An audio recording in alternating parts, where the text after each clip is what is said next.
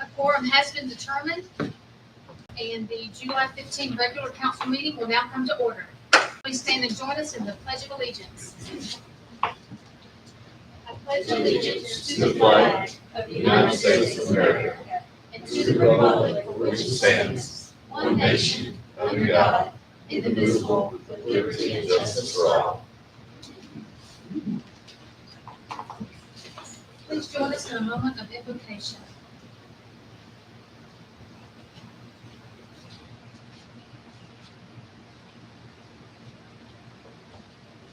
Father, thank you for today. Thank you for your goodness, Lord, to us. Thank you, Father, for each person that's here tonight, God. I pray that you would bless them and bless their families. Lord, I thank you for the very special day, God, that we have in our life, Lord, and that is this day. Lord, I thank you for our health. I pray that you would continue to watch over us, God, and keep us healthy, God. Lord, I pray for Pat Smith's family today, as he has passed on and now with you, Lord, in heaven. God, I just pray for Miss Rosalie and for their family, God. I just pray that you would be with them today and comfort them, God. Lord, I thank you for his friendship and for his mentoring and just for the example that he has given all of us, God. Lord, I pray for this council, and I pray that you would continue to lead us and guide us, Lord. Direct us, God, to make good decisions for this town. And Lord, I pray for our town, and I pray that you would continue to watch over us and bless us, God. Lord, I pray that you would help us, God, to thrive. Help us to be the best that we can be. Lord, I thank you for our staff members that are here, God, and for everyone here that is supportive of this town, God. I just pray for them and for their families. Lord, thank you for them. Thank you for tonight. Thank you for your goodness. We love you in Jesus' name. Amen.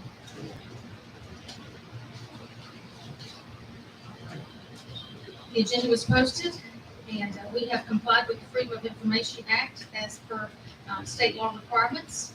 And we will move on to our new business. The first reading, consideration of an ordinance adopting the town's 2025 comprehensive plan. Before we move on, I just want to say I think we've got some planning commission members here tonight. I want to thank y'all for everything that you guys have done to work on this and continue to push us through. It helped us to move into the 21st century for our town, and I appreciate you very much volunteering. Thank you too. So tonight we've got with us Gregory Sprouse from the Central Midlands Council of Government, who's here to answer any questions. They are also assisting our planning commission with this plan.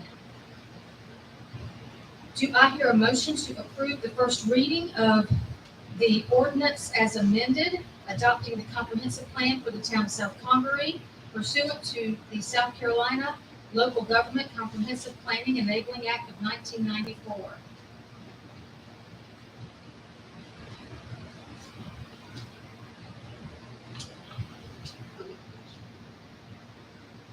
So we have a motion. Do I hear a second? I second. So we have a motion and a second to approve as amended. And so now I will open the floor up for any discussion or questions in regards to the comprehensive plan.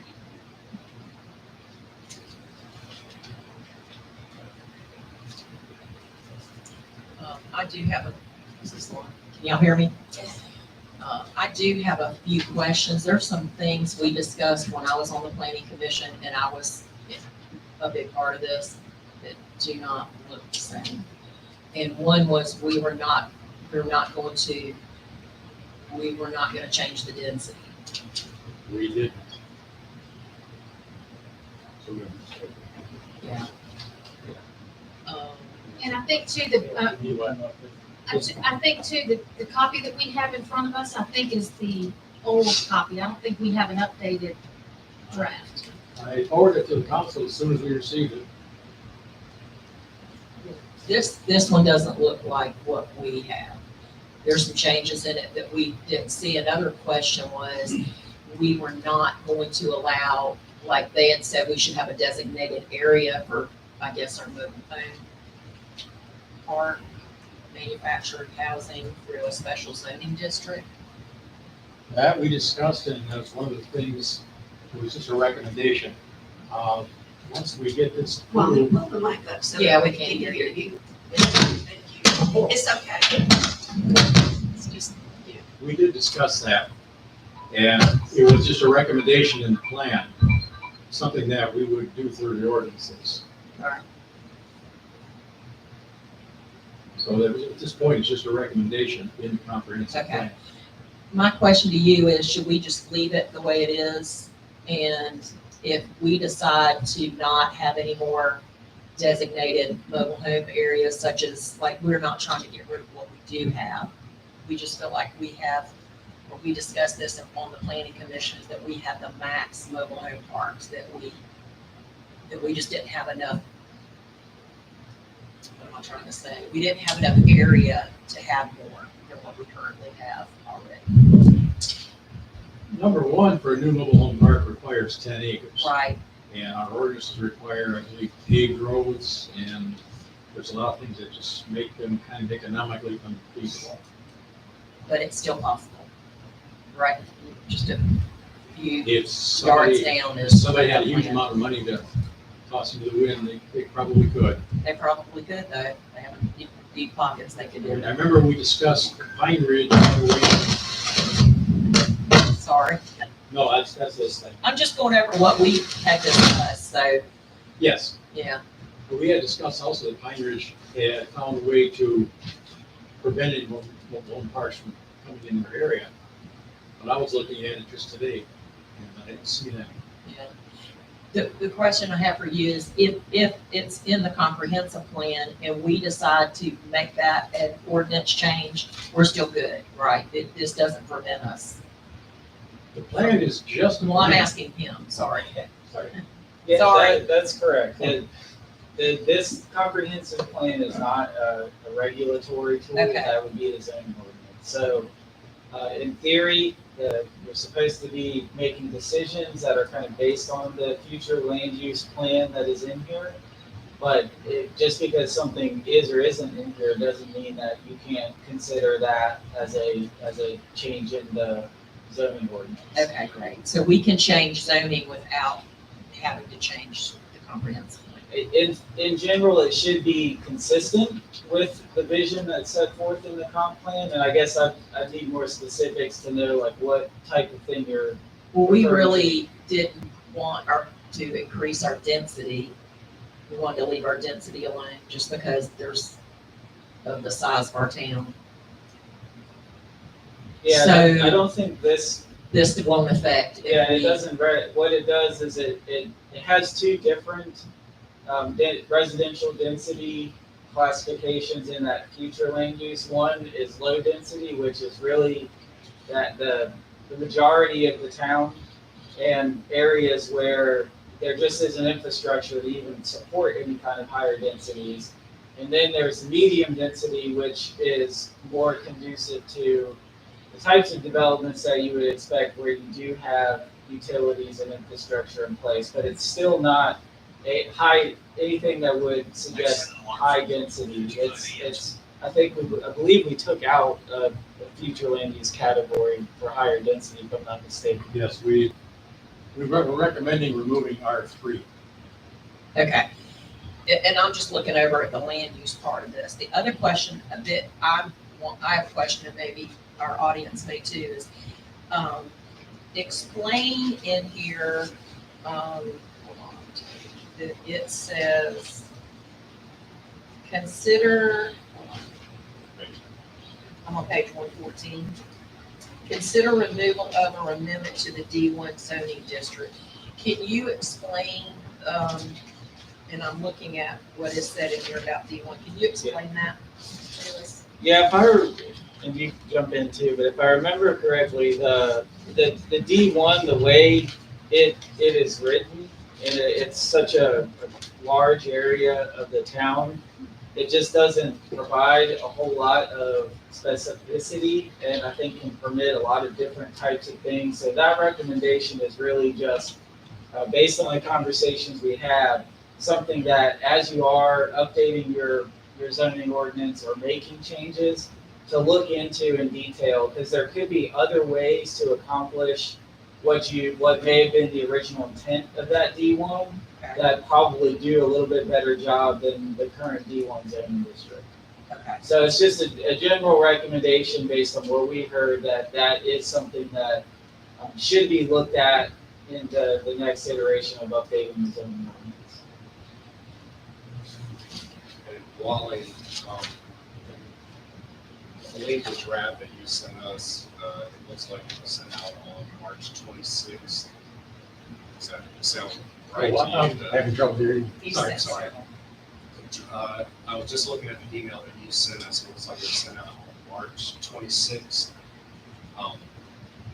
So I don't know how that copy compares to what we have, or if it's the same, or I can send you what we got in our packet so you can kind of compare and see. The one that I sent you was, looks like what's up here, Okay. and that came back from Council of Government after we made our recommendations. Yeah, since that last, we made some changes, I think, based on some recommendations or conversation with council, if I'm not mistaken, on the land use, or maybe that was planning commission recommendations late last year, early this year, and then incorporated that in, and that's the draft. That there hasn't been any changes since that.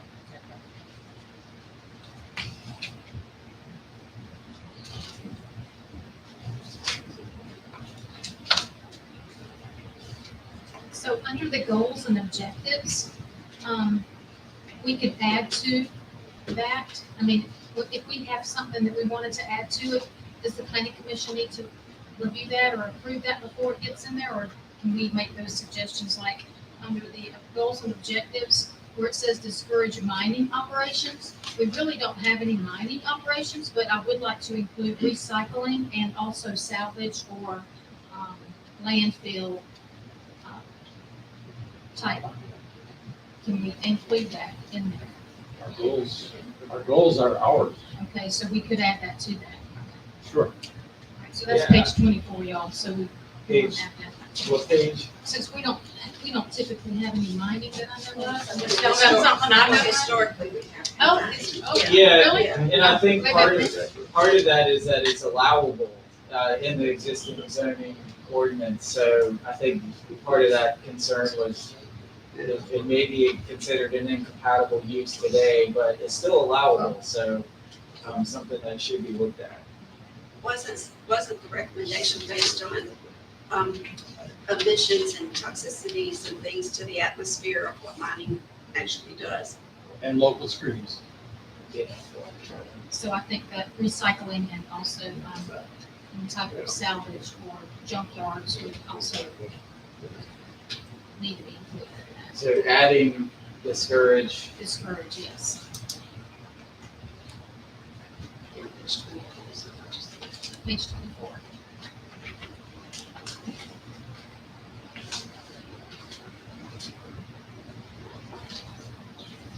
And also page 19 where it says mining. Remove mining, we would also want to do recycling. Salvage or junk yards.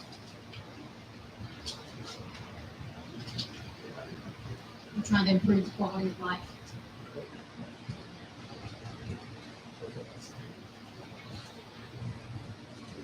Yeah, I think as long as there's not a substantial change recommended by council, it can be added without having to go back to planning commission. Okay.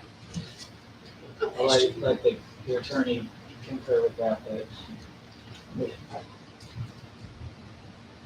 as far as like if the council makes recommendations for a change, as long as it's not a major change or amendment to what the planning commission has already recommended, it shouldn't have to go back to the planning commission. They can make minor edits at this stage. You have a good second reading. So. Right, that's right. So we'll get the final copy before the second reading so we can, that's your,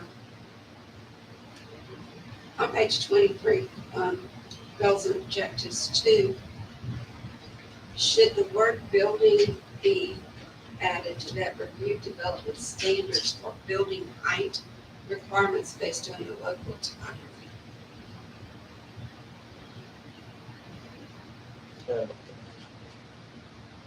Is that what number is that?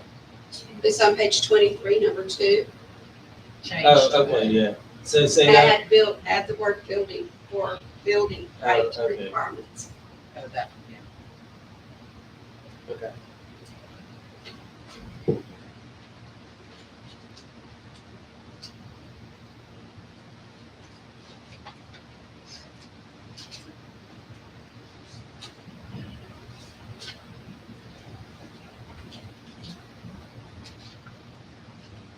And then, of course, we already mentioned changing the names on the Board of Zoning Appeals since Rodney's resigned and we have a new person. So, right. They need to see that. Right. Yes.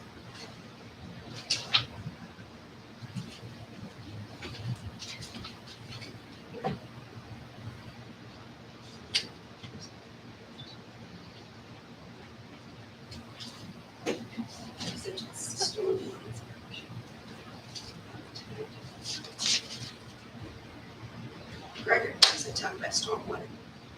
Sorry? What section does it talk about stormwater? I've attacked it, but I can't put my fingers on it. It should be, I think, in the, it's either in community facilities or I think it talks about it in the environmental section, but that's probably Oh, I see. community facilities.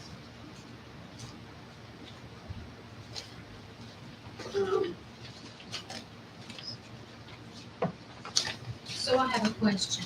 On page 15, where it talks about DHEC certifications, I just have a question for the town. I don't know, do we require certification from qualified septic tank installers when a building permit is issued?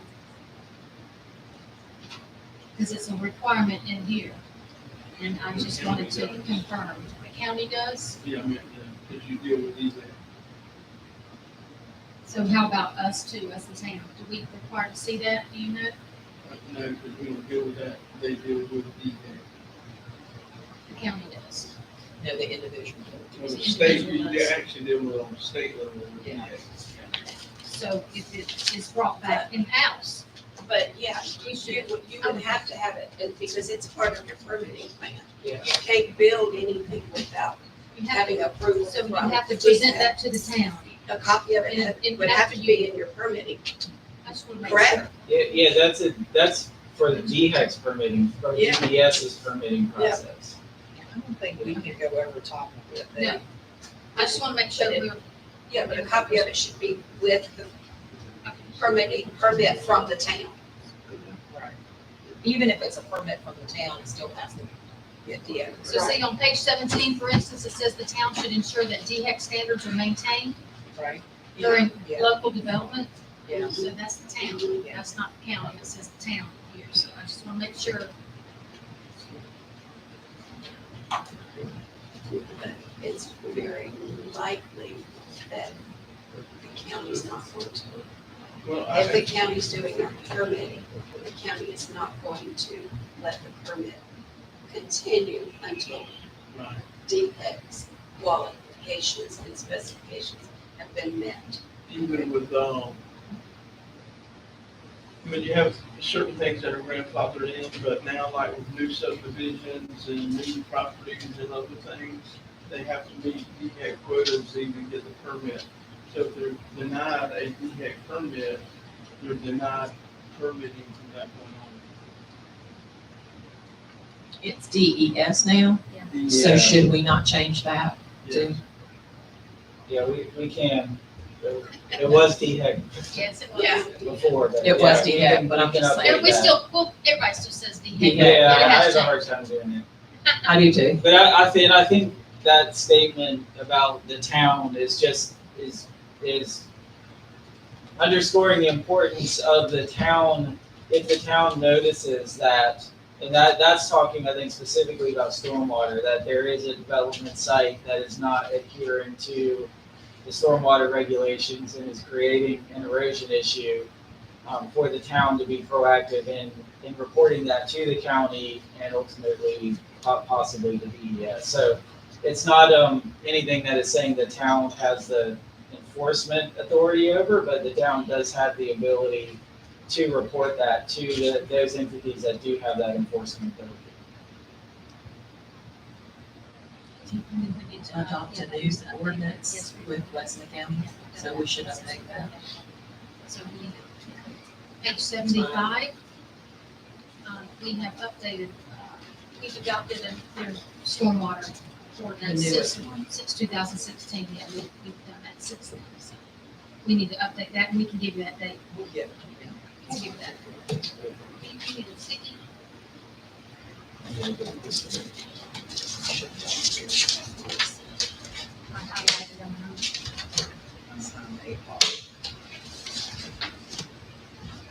I'll find out when that is.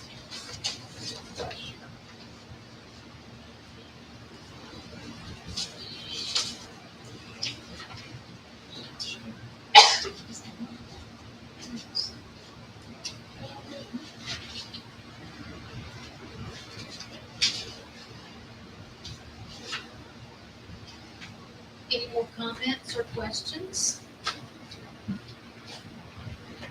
I think this probably would fall to, this is just a comment about stormwater. This would fall to, it's not coming out here very much anyway. This would fall to something I think, Ms. Button, I think you would, as town administrator, would make sure that it's covered.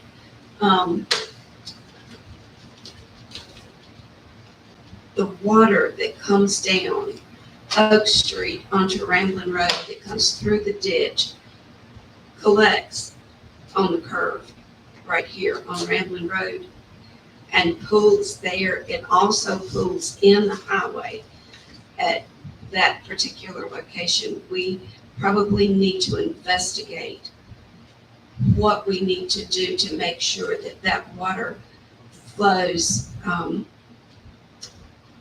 as smoothly and as efficiently as it can, so that we don't have flooding at that point. The rains recently have caused a lot of flooding at that point. So, and that manhole drain, whatever it is always covered with trash. So the water doesn't seep down the way that it should. So it continues to puddle out of that ditch onto the highway and causes erosion for the pavement there. So I know that's not specifically covered in here, but it does make mention of how it comes to the high traffic area around the school on page 76. So that would be something with stormwater that we need to investigate a little further. But I think a lot of that has to do with too, like where the creek is, because the creek level pushes up high when the water level is high. And it doesn't allow that water to be able to go through. Well, I understand that, but there's more trash on that cover that Yeah. stops it. There's a lot of trash on our drains, and it puddles on Burkett too. There's no drain there. Also add Sunset to your list of that. Same issues. Yeah, Yes, ma'am. yeah, it puddles there, it puddles on Burkett. They don't have drains. But they need drains. They need That's the whole drains. point. Yeah. They need It drains. floods there by the library. And it erodes the highway quickly.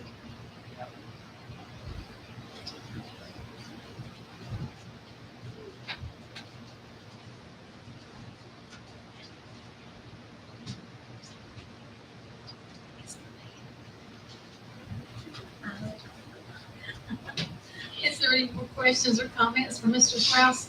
We appreciate you coming tonight. We do, thank you. Thank you all. Thank you. I have Thank another you, question. Wally. Okay. Thank Go you ahead, for we all got your hard questions. work. More questions? Gregory probably can answer it better than Wally can. On page 98, under local and state accommodation tax, and Mr. Dickey, you may have the full insight to this too. I just have a question there.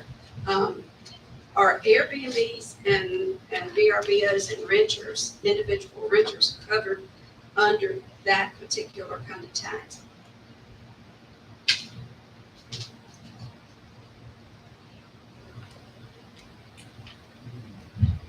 So the question is, are Airbnbs and, Anything anybody rents through Airbnb, yeah, like VRBO, private and their own short-term personal, rentals, yeah, are they paying Are under the they- hospitality age tax? yeah. Are they under that local estate accommodations tax?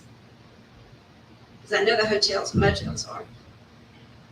Like, what does Lexington County do with, since they Yeah. just edited their our Airbnb, which is very strict. Almost too strict. I don't know if I know the answer to that. Okay.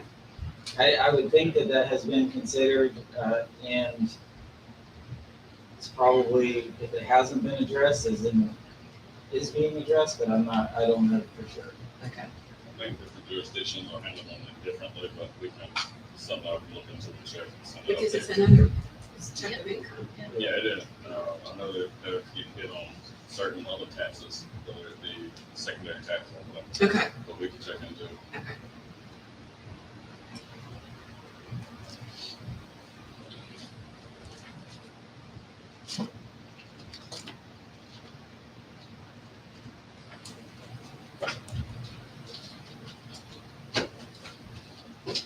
Any more questions or comments? Thank you very much. Thank you. Is there any more Thank you. discussion? I just was gonna ask this, with us just having a new town administrator in and other things moving, should we table this until we find out the answers to what we need to know?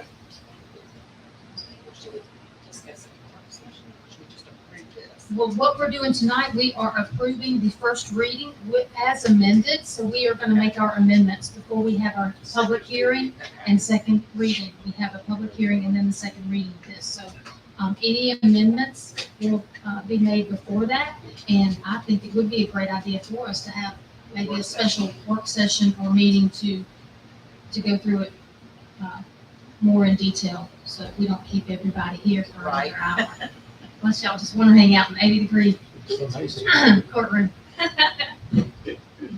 That's a great idea though, Brian. I think we should do that. Councilman Jackson, I mean. Any other discussion? So hearing no more discussion, I will call for the vote that we move to approve the first reading as council amends to adopt the comprehensive plan for the town of South Congaree. And we have a second. So I'll call for the vote. Councilmember Prosser, Yes. Councilmember McIver, Yes. Councilmember Jackson, Yes. Mayor Pro Tem Spires, Yes. and I vote yes. Motion carries.